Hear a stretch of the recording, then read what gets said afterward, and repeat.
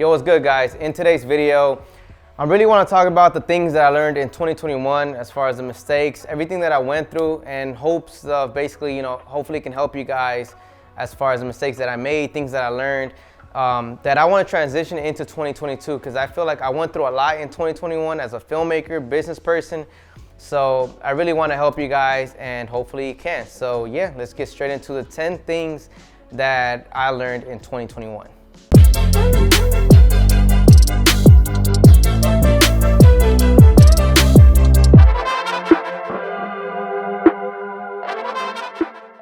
All right, so let's get started with this. So the first thing that I learned in 2021, and really, I think I really learned the real value of it, and that is to build a team.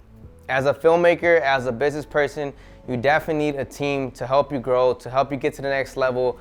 You yourself as a creator can only do so much. You can't grab a light and a C-stand and a camera and do all these type of things to make a dope video. It's gonna be 50% of what you can actually do because your mind is everywhere trying to create. So having a team is really beneficial. For example, when I built this studio, I had, my team help me build this studio.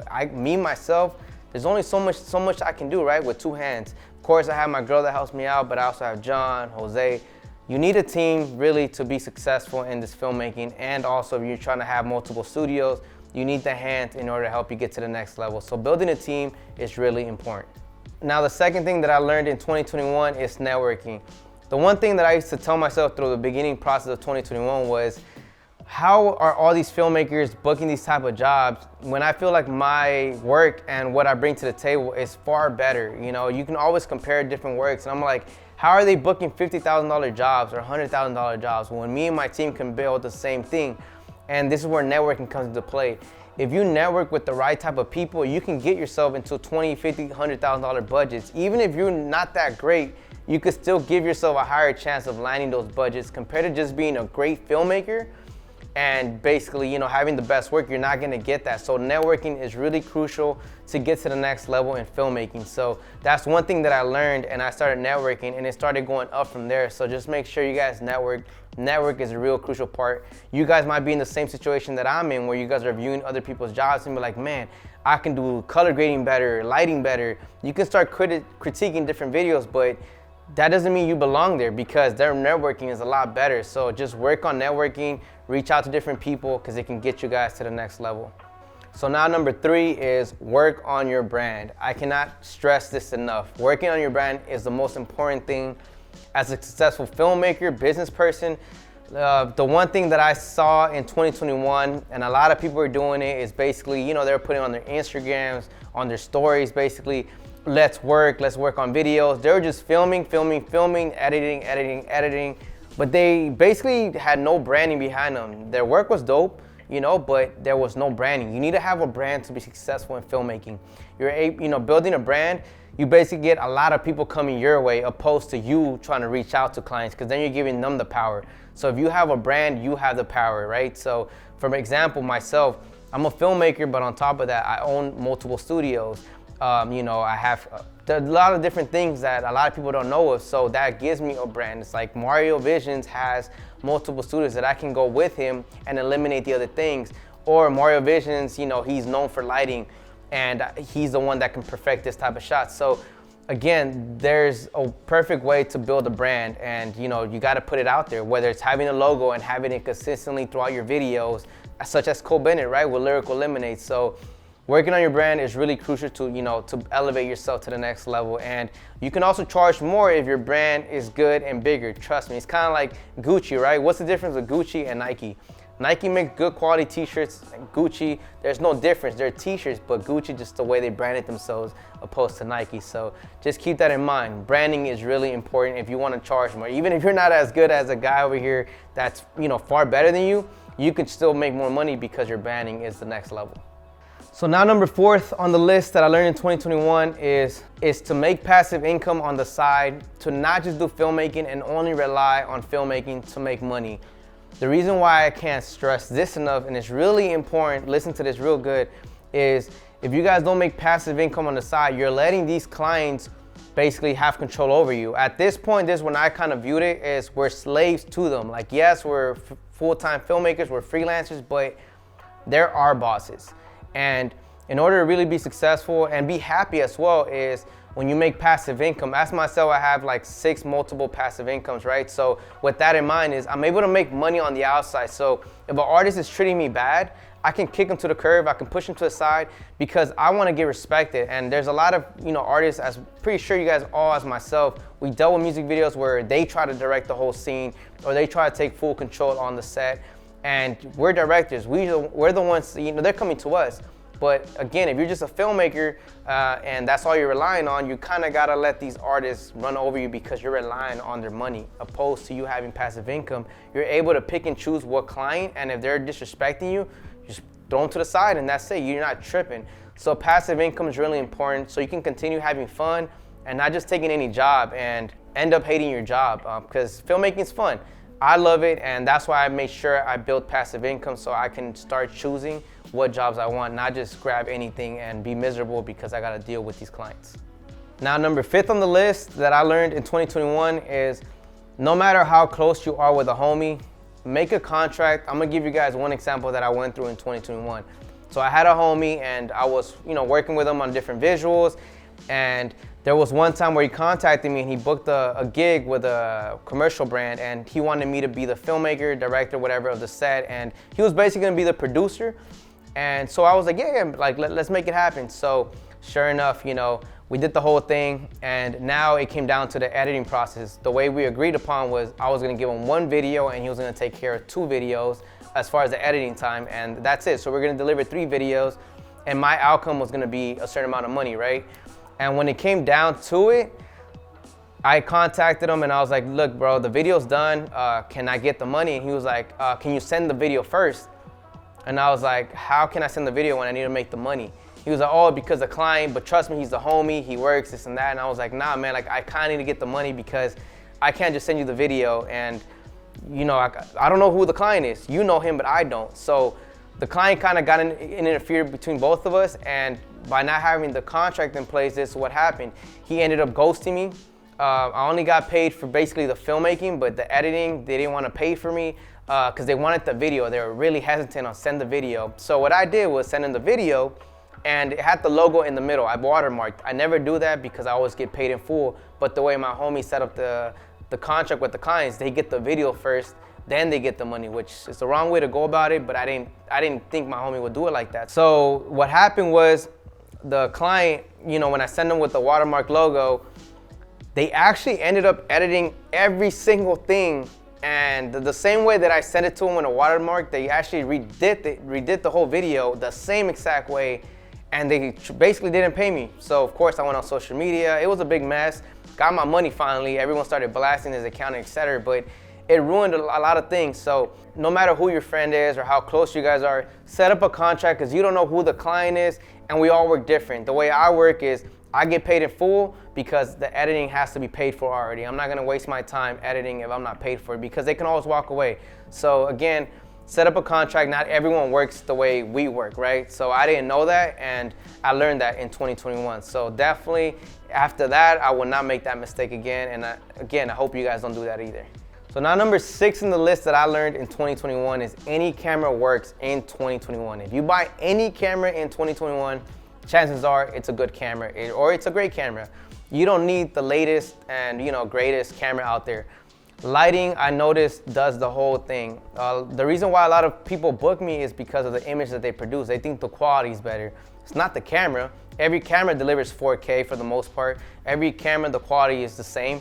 The difference that I'm able to set myself apart from other people is the lighting. It's not the camera, it's the lighting. The lighting brings you that image. When you watch it, you can already tell the quality is to a different standard than someone just shooting a video with the latest, dopest camera. It could be a Red or an RA that's 40 grand, but there's no lighting or very minimal lighting. It's not gonna look anywhere near someone shooting, for example, myself, right, with a Sony a7S III or the Panasonic S1H with the best lighting in the game. Of course, you also gotta understand lighting is gonna top just a Red or RE with minimal lighting or no lighting at all, right? Minimal lighting could work as well, so that's what I'm saying, basically no lighting. So what I learned is you don't need the latest, greatest camera, just all you need is lighting, so invest in lighting. Now, number 7th on the list, and this one's really important, I had different filmmakers telling me, and a lot of people will tell you, if you have multiple companies in the filmmaking, whether you do weddings, commercial work, music videos, etc., they're gonna tell you just run it through one account. And I thought, yeah, you kind of want to have all these accounts because it throws it all over the place. It's a lot of work to maintain all those things. But this is where I'm gonna tell you guys to definitely separate everything. So for example, you guys know me as Mario Visions, and if you guys go through my Instagram, it's nothing but music videos, commercial, not really commercial work, it's more of a creative work, such as like clothing brands and stuff. That's normally the way I want to set Mario Visions, the image to be. And I do have a separate company, which is Tailored to the Heart, that's weddings. And that, if you go there, there's a bunch of wedding work, photo, video, so it's separate.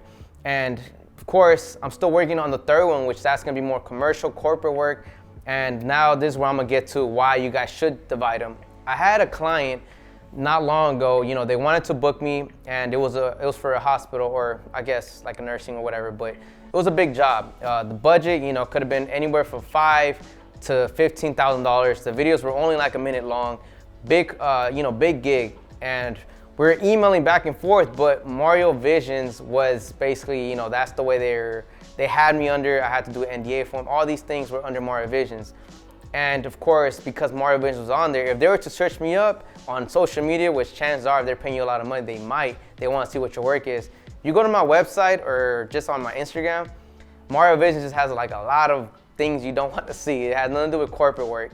And that kind of like made me ruin, I probably lost a chance there because they start emailing me back. And that was probably because they did a research on me. Compared to if I had a corporate and I was able to separate the work that they really wanted to see, that will give me the chance to just retain it and keep going. So I think I lost really that job because they probably did a research on me, and it was a bunch of music videos and things that didn't, equate to what they really wanted for their commercial. Even though I'm capable of producing that, same thing, my work is not showing that I do that. So separate your work. It'll give you higher chances of, being able to book these different type of clients.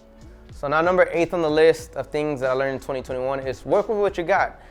Don't make any excuses. Again, there's been multiple times where I've been put in a situation where the artist locks in a location and I go shoot the location, and it's like the smallest location, it's a terrible location, and I'm just like, what the hell am I gonna do with this? But instead of thinking that way and be like, this location is trash, or whatever the reason is that you might not like it, think differently. Set your mind to, how can I make this better? As a creator, it's our job to make whatever it is, make it look 10 times better. So change that mindset. If you gotta move things around in the studio, move it around. Of course, lighting will always help elevate the location. I can't tell you guys how many locations I've been where it's been bad. So again, just work with what you got. Don't make excuses. Instead of wasting time making excuses, just start setting up and just go as you go on set and make it happen. Now, number 9th on the list, this one, it's not really for me. I did learn it from, I guess, maybe the year before, which is 2020, but in 2021, the one thing that I set myself on, you guys know, I was a Panasonic S1H throughout the whole year, and I switched to the Sony a7S III. So number 9th on the list is do not be a camera whore. Reason why I say that is because I was with the S1H. The only reason I switched to the a7S III is because the S1H was giving me corruption files. Every shoot, there was always one corruption file, and I didn't want to deal with that. So that's the reason why I switched. But I already knew that from basically 2020. So the reason why I say don't be a camera whore is because no matter what camera keeps coming out, if you keep buying the latest camera, you're really setting yourself like basically down as far as financial. Every new camera is what? You're just getting bigger resolution, but you really need it. If you learn how to compose your shots, you're good. You can get away with even 1080 if you know how to work with that. Where I'll tell you guys to invest is lighting. That's really what it is. Do not buy cameras. Instead, buy more lighting. And the reason why I say that is because, for example, me, I was, there was once upon a time where I was just buying the latest camera every single time, right? But now I'm just more of like, I'm done with the camera game. I'm just, as long as I bought the best lenses and the a7S III, and that's it. I don't need to buy no more cameras. Of course, I bought a lot of lighting, but by buying a lot of lighting, not only does your images and your videos look a lot better, but you're also able to learn it by having it. Now you're booking a lot of jobs as a gaffer where I go and light up for the director. So you're also opening another avenue for more income for yourself. So again, lighting, if you guys are gonna buy stuff, buy lighting, not cameras. Cameras keep changing. We know that every single time there's a new camera every 6 months. Don't do that. It's gonna hold you back as far as financially, it's not the best financial move. stick with the camera. It might just be good enough. I know you guys see people on YouTube making videos every time a new camera comes out. You guys can get hyped about it, but don't fall for the trap. Listen from me, from experience. I did that. I fell for the trap from every YouTuber, but I'm telling you guys to go with lighting, not the camera. Now, number 10th on the list that I learned in 2021, actually, that I really want you guys to really value is your time. Even myself, I really learned that. The one thing that I wasn't accounting when I was blocking in time and dates and stuff with the artists or my work, clients and all that, is I wasn't really thinking about the treatment. I wasn't really thinking about the setup, the breakdown. Like, you gotta account that. And the editing as well, you gotta count all these things when locking in with a client. You don't just say, yeah, let's work and you'll do a treatment and all that. That's money, that's time, man. You do not wanna basically spend a whole day doing a treatment that you're not getting paid for. I understand we enjoy this, but at the same time, you gotta value yourself. And I wasn't doing that. And by not valuing your time, you're kind of giving yourself a big ass headache where you might be booking a lot of jobs, and on top of that, you gotta do a treatment that you're not getting paid for. Instead of doing that, you could be editing something else. So definitely value your time. It's really important. I didn't do that, obviously, and I definitely changed the game up on that, because treatment and all that, there goes time into doing that. So make sure you guys account that. Same thing. If you guys are going from one location to another location and you guys are coming in with a bunch of lighting, then that comes down with setting up and breaking down. That's a pain in the ass to do. So you gotta charge for that as well. You gotta up the price. You don't just give them 2 locations just because. You guys gotta account all these main things when factoring. Now, of course, with more bookings that you end up getting, the more experience you're gonna get and you're gonna understand this, but just make sure you guys value your time. And number 11, I'm giving you guys that extra tip. No matter what you guys eating in life, tacos are always gonna be better. Not burgers, not hot dogs, nothing. Tacos are number 1. That's what it is. But jokes aside from that, realistically, guys, you know, those are the things that I learned in 2021 that hopefully can help you guys not make those in 2022. Or if you guys are doing that, let's change it up and let's help ourselves, right? And yeah, if you guys like this video, just drop it a like, comment if there's anything you guys learned to help other creators for 2022. So we're all helping each other out. That's really what I want to build this channel around, is just helping the community. And hopefully I'll learn something from the comments that you guys put below. So anyways, I'll catch you guys on the new year. Have a happy New Year's. Catch you guys literally like in a week or so. Peace out, guys. It's a wrap.